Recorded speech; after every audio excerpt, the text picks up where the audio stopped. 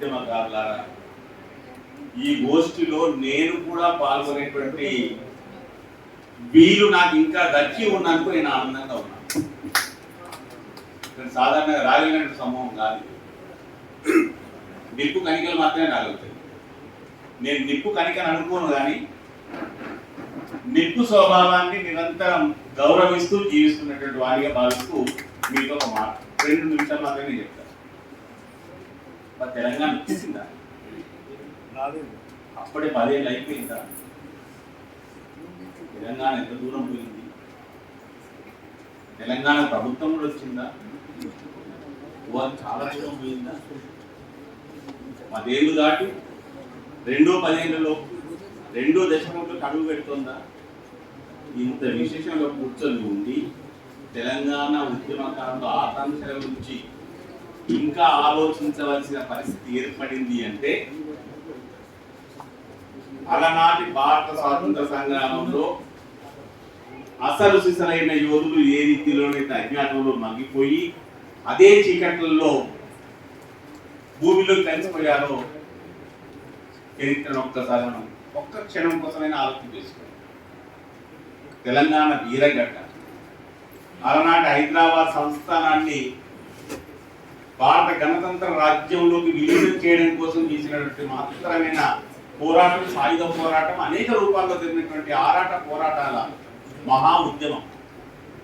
ఆ తర్వాత మొన్నటి వరకు కూడా కమిటీలు వేసుకొని ఆ కమిటీలలో అలనాటి నాయకుల వెంట తిరిగేటువంటి వాళ్ళ ప్రాపకంతో నిజమైనటువంటి యోధులకి గుర్తింపు, రక్షణ, సంరక్షణ, సామాజిక భద్రత సాధించడానికి ఎంత కఠినమైందో, కష్టమైందో దాని నేపథ్యంలో ఈనాటి తెలంగాణ ఉద్యమకారుల ఆకాంక్షలు ఈ రీతిలో ఒక నినాదంగా మిగిలిపోయినాయి అంటే, వేదనగా కనిపిస్తున్నాయి అంటే నాకు ఆనందంగా కలుగుతా ఉంది.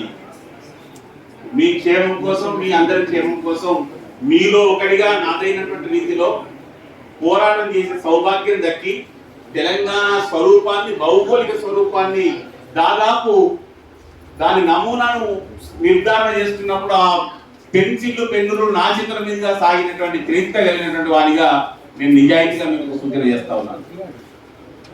వర్తమాన ప్రభుత్వమా, భారత ప్రభుత్వమా ఎవరు గుర్తిస్తారో తెలియదు, కానీ ఇక నుంచి తెలంగాణ ఉద్యమకారులు స్వాతంత్ర సమర యోధుల స్థాయిలో వ్యవహరించాలి. తెలంగాణ ఉద్యమకారులు 1994-95 నుంచి విపరీతమైన ఆరాటాలు మొదలైనవి. 95లో బీబీ హాల్లో పాషం యాదగిరన్న అటు గద్దర్ను ఇటు నన్ను ఇద్దరిని గట్టిగా పట్టుకుపోయాడు. మొట్టమొదటిసారి గద్దర్బాయి గజ్జె కట్టినాడు. అదే వేదిక మీద ప్రధాన ప్రసంగం పాషం యాదగిరన్న నా చేత చేపించాడు. ఇలా సాగుతూ పోతున్నది. ఉద్యమకారులను గుర్తించేందుకు ప్రభుత్వాలు ఏ రీతిలో వెళ్తాయో నేను ప్రభుత్వానికి సూచన చేయను. ఇక్కడ ప్రభుత్వానికి అడుగడుగున కనలే. మీరు మూర్తులు, న్యాయమూర్తులు, పెద్దలు, మీ అందరు కూడా విజ్ఞులు, తెలుసు ప్రభుత్వానికి ఏ రీతిలో సమాచారం, ఏ రీతిలో వేగులు, ఏ రీతిలో కళ్ళు ఉంటాయి. ఇక్కడ మనం ఏం మాట్లాడుతున్నామో వారు లేకుండానే వారు మనకంటే ఎక్కువ శ్రద్ధగా వెళ్ళినటువంటి వ్యవస్థ పాలక పక్షానికి, ప్రభుత్వానికి ఉంటుందని వాస్తవం మీకు తెలుసు. కానీ ఇప్పటికే ఆలస్యం అయిపోయింది. తెలంగాణ ఏర్పడి 10 ఏళ్ళు దాటిపోయింది.